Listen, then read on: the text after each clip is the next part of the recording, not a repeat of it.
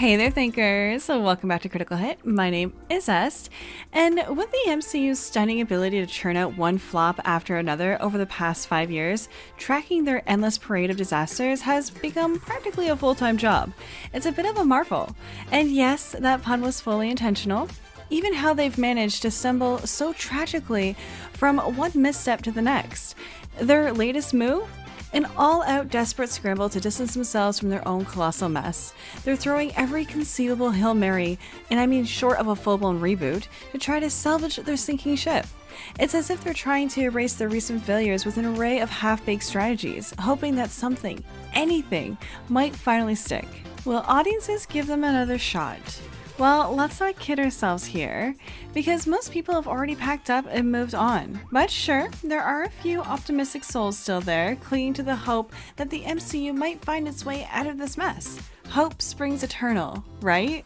Well, hold on to your panties because this ride isn't over just yet. However, I have a few things to show off here, but before I do, we have a small request. If you are new here, consider hitting the subscribe button, smashing that like, and ring the bell to be notified for our next video. We would greatly appreciate it, since this will help us appease those YouTube algorithm gods. So we thank you. Now, let's get into this. Now let's take a stroll down memory lane, okay? Back 3 years ago when Marvel dropped Eternals, they were so desperate to virtue signal, they handpicked a team of heroes that nobody really cared about, just so they could race swap, gender swap, and avoid the inevitable fan backlash.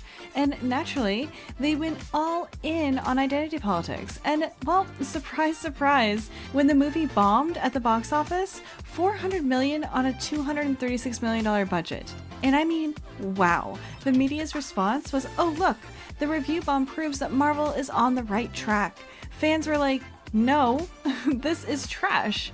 Why did you even bother? But the media, oh, they were thrilled. When the actors started going after the fans, they were totally on board. You tell those haters that they're not welcome in the MCU.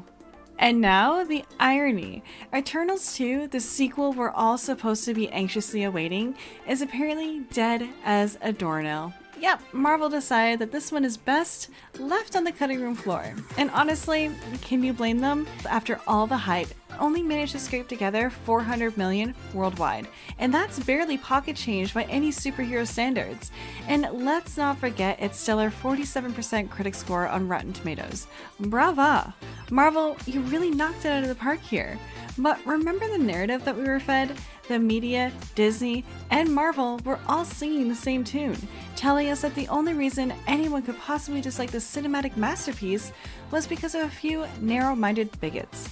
The review bombs on IMDb, oh, that was just the works of some trolls upset about LGBTQ+ representation. Nothing to see here, people.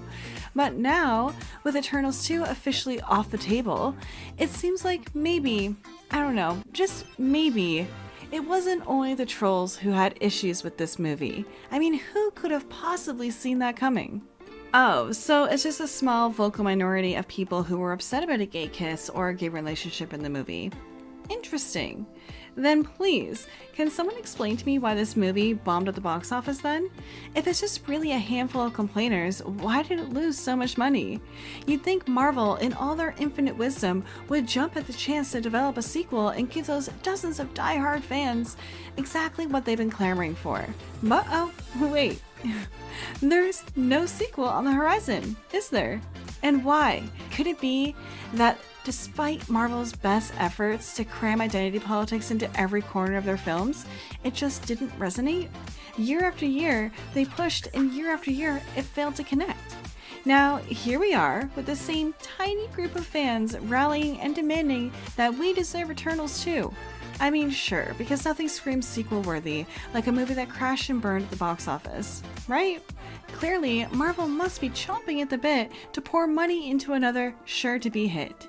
Now, there's apparently some Marvel fans who are back at it, trying to resurrect the Eternals after reports of a no-go sequel have surfaced. Disappointed doesn't even begin to cover it. They are downright pissed, because the first one was such a universal hit. Yeah, okay. Now, some diehards are clinging to the hope that Eternals might make a comeback in the MCU. And then there's Jacob. Eternals made as much as Dune and did great on Disney+, so we deserve a sequel. Oh, you deserve a sequel, do you?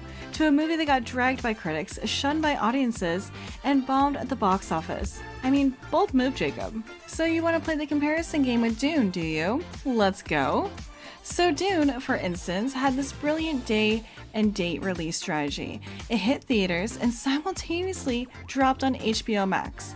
So while everyone else was lined up at the cinema, you could kick back at home and stream it. No extra charge, no pesky video on demand fees, and despite this ultra convenient setup, Dune still pulled in a jaw-dropping $400 million at the box office. Oh, and get this, Dune's budget was only $165 million.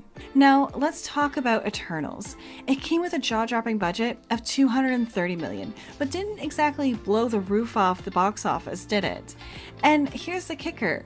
Dune was available for streaming right from the get-go and was adored by both critics and audiences, and still managed to eclipse Eternals in the revenue department. It's almost like when you do everything right and still manage to outshine the competition, you get a sequel. Crazy concept, huh? Marvel Studios ditching Eternals 2 is a classic move in the let's pretend we didn't mess up playbook. I mean, sure, the original was a visual feast, like most COVID-era flicks were, but it tanked. And Disney's excuse parade about the post-pandemic slump is getting so old. And newsflash, people don't flock to movies that they're not interested in, whether there's a pandemic or not. And just a month after Eternals flopped, Spider-Man No Way Home raked in nearly $2 billion. And if the pandemic was such a huge issue, that wouldn't have happened. Maybe it's time to stop using the pandemic as a crutch and start looking at the actual reasons. Honestly, if these characters were actually worth a damn, they wouldn't have flopped so hard at the box office.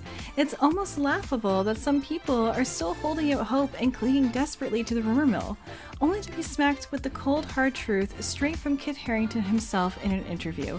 Eternals 2 is not happening, and it's about damn time that we move past from this eternal disappointment. Well, looks like Marvel might finally be waking up and smelling the coffee, because apparently they're considering ditching all the activists and actually giving fans what they want instead of serving up a heaping plate of virtue points.